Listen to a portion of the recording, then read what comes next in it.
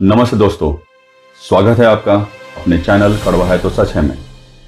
अपने चैनल को अगर आपने सब्सक्राइब नहीं किया है तो अभी सब्सक्राइब कर लीजिए। तो पहले और दूसरे भाग में हमने देखा कि रानी अहिल्याबाई वीर थी, चतुर थी, शासन कुशल थी। चलिए आज कहानी की शुरुआत करते हैं, जहां मल्हार राव होलकर चौड़ी ग्राम के शिवालय में उनकी नजर पड़ी थी एक कन्या पर, जिसका व्यवहार, सरल स्वभाव, सनातन धर्म परायणता, पूजा पाठ में विशेष रुचि, शिव भक्ति और विनय भाव मल्हार राव को बहुत प्रभावित कर गया। यह कन्या और कोई नहीं, देवी अहिल्या ही थी। नियति ने उसे कैसे चुना, एक जौहरी ने कैसे एक हीरे को पहचान लिया। मल्हार राव ने फौरन मन ही मन निश्चय कर लिया और ग्राम के मुखिया के साथ चल पड़े अहिल्याबाई के घर, पिता मांडकोजी शिंदे और माता सुशीलाबाई से कन्या का हाथ मांगने और अपने पुत्र खांडेराव के लिए। उस समय बाई की उम्र 10 या 11 साल की रही होगी। बाई का जन्म हुआ था 1725 में। अहिल्याबाई के समय में बाल विवाह, सती प्रथा का बहुत चलन था। लड़कियों का पाठशाला में जाना भी वर्जित था। फिर भी माता पिता ने अहिल्याबाई को घर पर ही ज्ञान और शास्त्र की शिक्षा दी थी। मल्हार राव ने उन्हें शिक्षित करने के अनेक प्रयास किए। विवाह उपरांत अहिल्याबाई के निडरता, कर्तव्य परायणता, तेजस्वी और प्रेम भावपूर्ण व्यवहार ने ससुराल में सबका मन मोह लिया। खांडेराव का क्रोधी और उद्दंड स्वभाव अहिल्याबाई को अटपटा लगता, किंतु अहिल्याबाई ने उस समय कुछ न बोला। लेकिन समय की प्रतीक्षा की और समय आने पर अहिल्याबाई ने प्रेम पूर्वक खांडेराव को समझाया और उन्हें अपने कर्तव्य का बोध भी करवाया। समझाने का असर खांडेराव पर हुआ और वे अपने कार्यों में रुचि लेने लगे। मल्हार राव होलकर जब भी राजकार्यों से या युद्ध प्रसंग से राजधानी के बाहर रहते, तब अहिल्याबाई ही राज का कुशलता पूर्वक संचालन करती थी। आशा से अधिक योग्यता थी अहिल्याबाई में। बाई के राज्य में पदार्पण से मालवा राज्य का विस्तार होने लगा था और मालवा का वैभव भी बढ़ने लगा। योग्यता देखकर मल्हार राव ने अहिल्याबाई को राजकार्य, युद्ध नीति आदि सब सिखाना आरंभ कर दिया। आवश्यकता अनुसार और राजकार्य देखती भी थी। 1745 में अहिल्याबाई का पुत्र का जन्म हुआ, नाम रखा गया मालेराव, और 1748 में पुत्री का जन्म हुआ, उसका नाम था मुक्ताबाई। राज्यभार, संतानों का भार, फिर भी अहिल्याबाई किसी भी प्रकार की समस्या से आंखें चुराकर नहीं भागती थी।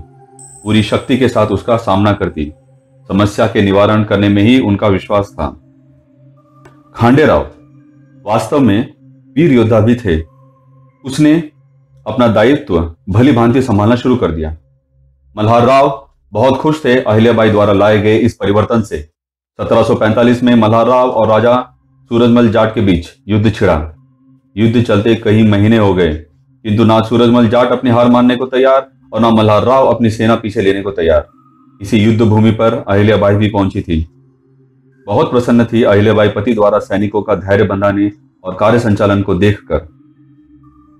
कार्य संचालन करते करते एक गोला शत्रु की ओर से दागा गया।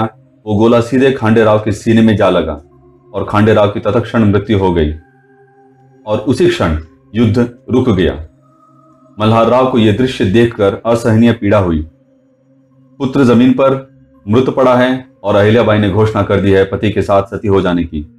मल्हार राव ने देश, प्रजा आदि की और राजधर्म का आभास दिलाकर उन्हें किसी तरह से समझाया और अहिल्याबाई को सती होने से रोका। 1761 में अहमद शाह अब्दाली ने पानीपत के मैदान में मराठों को बुरी तरह से हरा दिया था। इसी सूरजमल जाट ने तब मराठों को सहारा दिया था। मराठों की हार से मालवा में भी अव्यवस्था फैल गई थी। उस वक्त छोटे मोटे सरदारों ने, सामंतों ने भी विरोध शुरू कर दिया, लेकिन मल्हार राव की बुद्धिमत्ता और शौर्य से सारे विद्रोहों को शांत कर दिया गया। रानी अहिल्याबाई राजकार्य में मल्हार राव का भरपूर सहयोग देती थी। पुत्र मालेराव 16 साल का हो गया था और समय था राजनीति और राजकार्य समझाने का, लेकिन दादा मल्हार राव होलकर को तर्क कुतर्क कर बातों को वे टाल जाते थे। मल्हार राव होलकर का स्वास्थ्य इसी चिंता में बिगड़ता गया और उत्तर प्रवास के समय आलमपुर नामक स्थान में मल्हार राव का निधन हो गया। अंतिम संस्कार वही करना पड़ा। अहिल्याबाई पर तो ये वज्रपात के समान था। पिता समान ससुर के अंतिम संस्कार के बाद वही राजा मल्हार राव के नाम की एक छतरी बनवाई गई। मालेराव का राज्याभिषेक हुआ।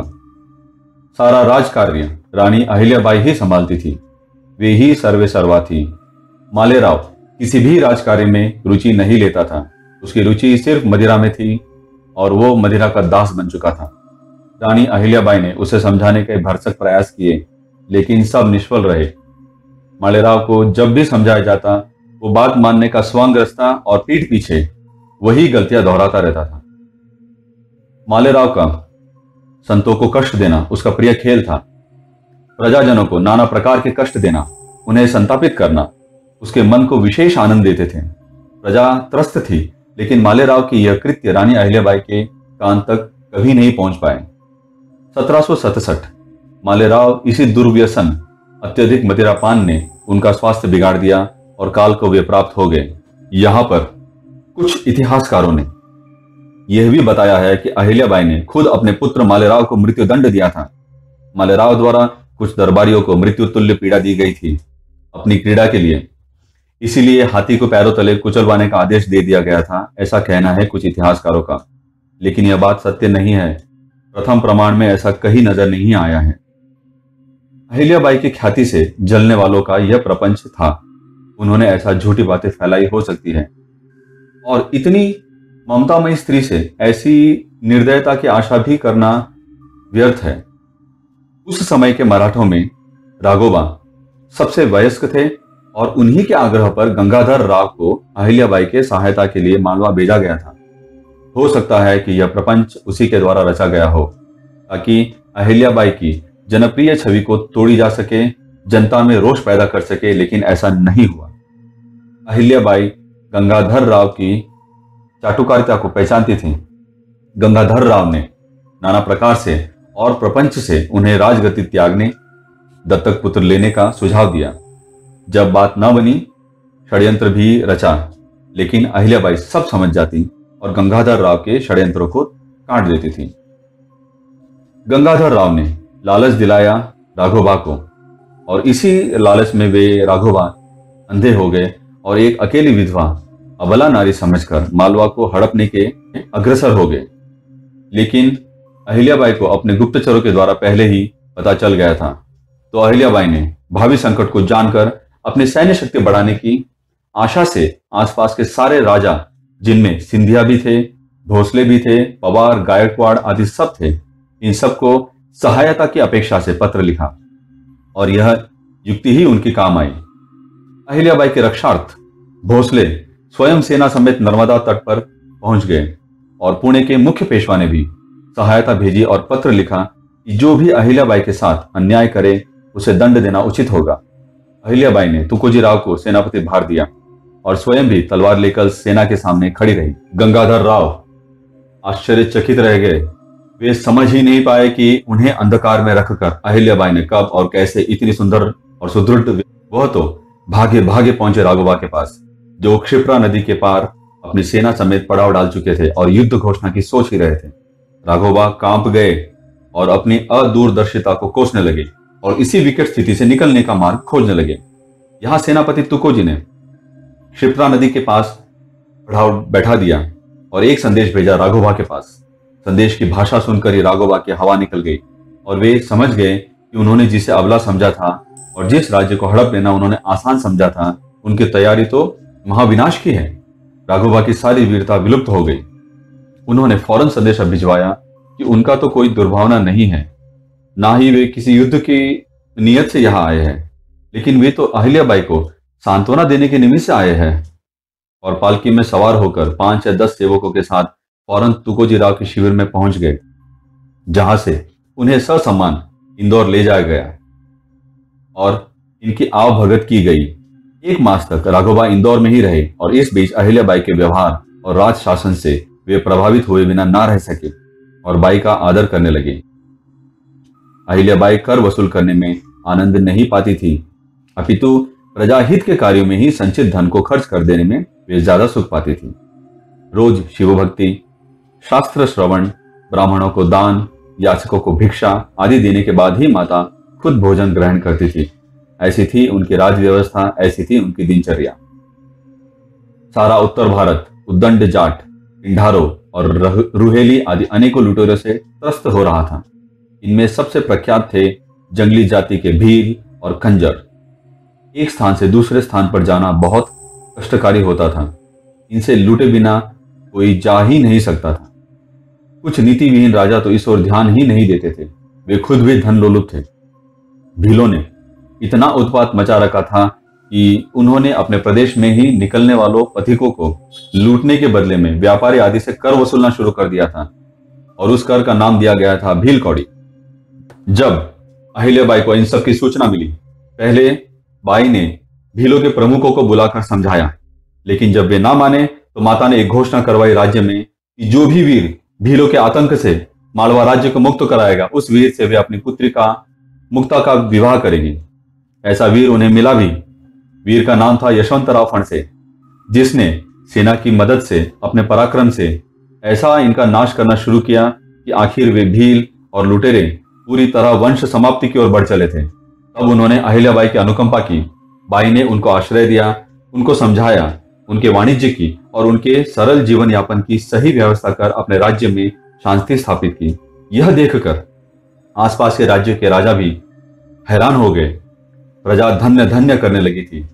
बस उनमें देवी अहिल्याबाई जैसा प्रजा सेवा भाव होना चाहिए। अहिल्याबाई जितना धन धार्मिक कार्यों में व्यय करती थी, उतना किसी भी और अन्य कार्यों में व्यय नहीं होता था। अहिल्याबाई का पत्राचार पूरे भारत में फैला हुआ था। उनसे मिलने आने वाले हर एक साधु से वे पत्राचार करवाती थी। उत्तर की गंगोत्री और गंगा नदी से जल दक्षिण के मंदिरों में कावड़ों द्वारा पहुंचाने की भी व्यवस्था कर रखी थी अहिल्याबाई ने। वहां की मूर्तियों का गंगा जल से अभिषेक हो सके, इसीलिए भारत में किंचित ही ऐसा कोई तीर्थ स्थली होगी जहां अहिल्याबाई देवी ने कोई न कोई कार्य ना किया गया हो। विंध्याचल पर्वत की दुर्गम स्थानों में बड़े बड़े मार्ग बनवाए, कुएं, तालाब, धर्मशालाएं बनवाई, यात्रियों के लिए मार्गों में पियाऊ बनवाए गए। हिमालय की दुर्गम पहाड़ियों में अनेक मंदिर बनवाए गए। उनके लिए धन दिया और सालाना खर्च भी भेज दिया करती थी देवी अहिल्याबाई। सैकड़ों मंदिरों का जीर्णोद्धार किया है और उनके सुगमता पूर्वक कार्य करने के लिए आसपास के गांवों से मंदिरों के आय की भी उन्होंने व्यवस्था कर दी थी। कुछ मंदिरों का तो फिर भी वर्णन मिल जाता है राजमाता के पत्राचारों से, लेकिन कई ऐसे मंदिर हैं जिनका उल्लेख ही मिटा दिया है अहिल्याबाई ने। देवी अहिल्याबाई प्रशंसा की प्यासी नहीं थी। हमें कभी उन मंदिरों के बारे में पता नहीं चल पाएगा जिनका कि मिटा दिया गया है वर्णन। यहां तक तो हुआ वर्णन मानव मात्र और प्रजा के लिए किया गया धार्मिक कार्य। अब जानिए मूक प्राणियों के लिए क्या करती थी देवी अहिल्याबाई। जब भी फसल पक जाती है तो ज्यादातर किसान जानवरों और पक्षियों से फसल को बचाते हैं। उस फसल को बचाने के लिए उन जानवरों और मूक प्राणी को भगा देते थे, लेकिन रानी अहिल्याबाई का विचार ही अलग था।